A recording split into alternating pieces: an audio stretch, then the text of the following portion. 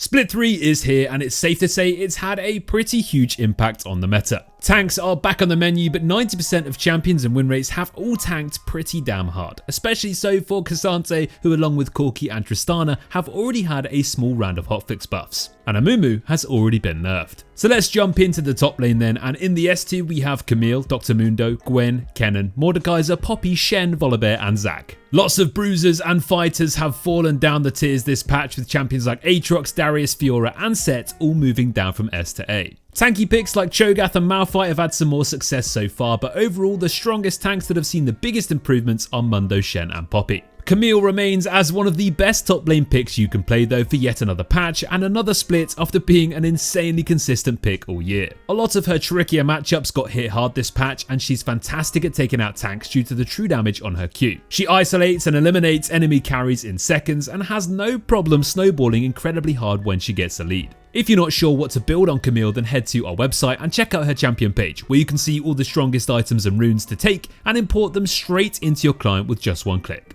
Zac has risen back into the top tier in the top lane again, and it's not really too hard to understand why. His lane sustain is OP, he can bully lanes for free, set up ganks super easily, and roam and influence games at all stages. He also has his passive to survive ganks and tower dives, and can easily feel unkillable once he gets a bit too far ahead. If you're looking for a champion to tear through tanks though, then you need to give Gwen another try. She absolutely melts them, and is honestly crazy strong in the late game once she's got those core items online and enough experience. She can easily obliterate entire teams if she angles her ultimates and Qs well enough, and although she definitely feels quite a bit different to most other top laners, she's extremely satisfying to play when it all works out. In the jungle next then, and it's a similar story to that of the top lane, as in the S2 we have Amumu, Lilia, Skarner, Udyr, Viego, Volibear, Warwick and Zac. Some very strong choices in the A tier here as well though, with the likes of Elise, Fiddlesticks and Jarvan, and then plenty of B tier options that are definitely struggling more so than usual, with Evelynn, Master Yi, Nidalee and Rengar not really having the best time so far. Udyr really is the king of the jungle right now though, boasting one of the highest win rates in the game across almost every single rank.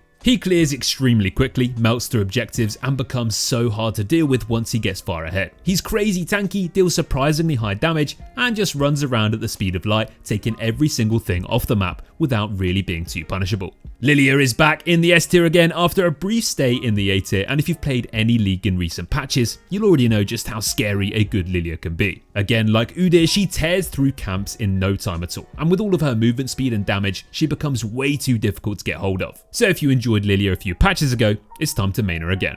Viego is one of the only fighters or bruisers that has really survived this patch so far and stayed in the S tier. Triforce is one of the few stronger options for these type of champions, and despite all the nerfs to his other items, he remains as one of the most popular junglers in the game, and still having great results across almost every rank. The one major thing Viego does have to be careful of is champions with hard CC, as plenty of tanks are running around, so be careful about that and pick your timings to jump in and claim those resets, and if you do it right, you'll have a great time. Over to the mid lane next then, and here's where we have the most amount of choice in the S tier, with Ahri, Anivia, Aurelion Sol, Diana, Galio, Hui, LeBlanc, Lux, Sylas, Syndra, Talia and Vex.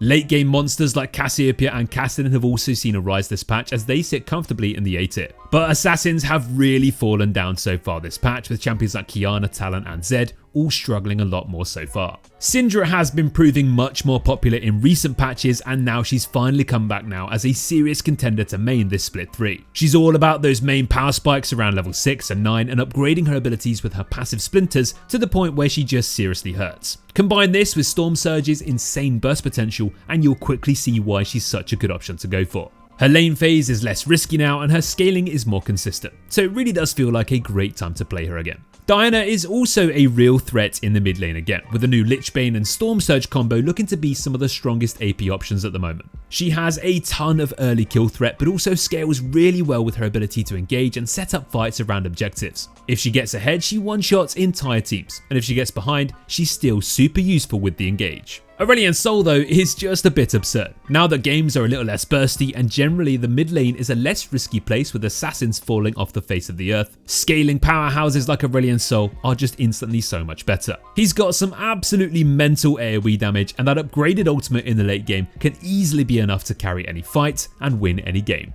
Down to the bot lane next then, and in the S tier we have Jhin, Kai'Sa, Kog'Maw and Seraphine. Most AD carries across the board have really fallen down in strength here, with AD carries items getting hit extremely hard. Mages like Brand, Hui and Karthus are all proving they can be played here too, alongside even other mages like Syndra, Lux and Cassiopeia also having good results, despite not being quite as popular. Draven and Ezreal one-tricks, especially so at higher ranks, are still making these champions look better than their stats suggest. But for the majority of the other AD carries like Caitlyn, Aphelios, Ashe and Twitch and more are all struggling a lot more so far. Kai'Sa is by far the best and most consistent AD carry in the game to main though. She's easily the most versatile when it comes to team comps and drafts, and even has relatively flexible itemization too. Her most popular build is Shiv Rageblade into AP, but you also have the good old Kraken AD setup, which is a great option if your team is already flooded with AP champions. She may not be OP during the lane phase, but she still has decent kill threat in the right lanes, but her power spikes in the mid game and beyond are just so much stronger than any other AD carry so far. Jhin is also still proving to be a great pick too, when you look at his stats, as his win rate is still one of the highest for any AD carry. He's not quite as perma-pickable as Kai'Sa, as he does have some drafts that are very difficult for him to play into. Luckily though, he's got the range and artillery and movement speed to still chip in and do his job from afar. His lane phase is still as solid as always, and he has a ton of different great support synergies. So if you've already been maining Jhin for a while, you can still do so this patch.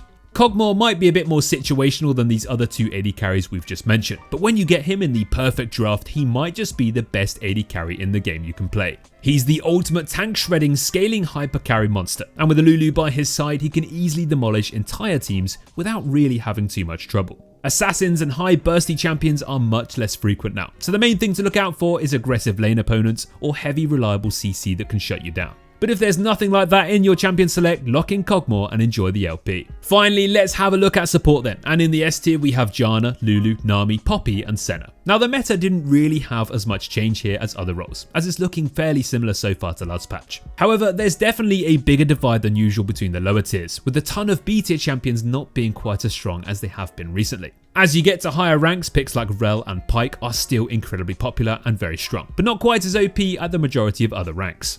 Senna has been S tier for the last few weeks now, and she's still one of the best support options you can play at every single elo. Her lane phase is still very solid with poke and sustain, but then she scales so well into the late game, with that extra range allowing her to pop down enemies from 2 screens away. She works with a ton of different bot lane picks, and a good Senna can win any lane and carry any game. But now the fact there's less engaging threats in the bot lane being played, it only makes her more favourable.